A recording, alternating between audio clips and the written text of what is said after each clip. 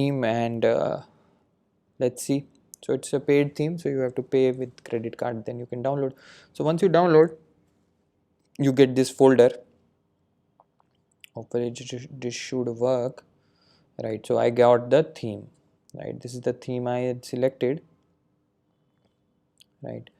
And I get this, and now I get the CSS also, I get the dark, I get the fonts, I get the images as well. Just a minute. Why this is not working? What is the dark theme? Black wolf. Okay, so there's a dark theme also there. Okay, so maybe we can put a like a lighter if somebody wants to do. So now the theme is with us. We can also see the code, right? I'll open the code.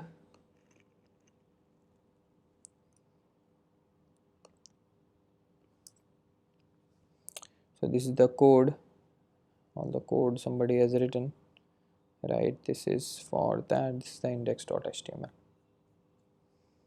Images are also there, fonts are also there.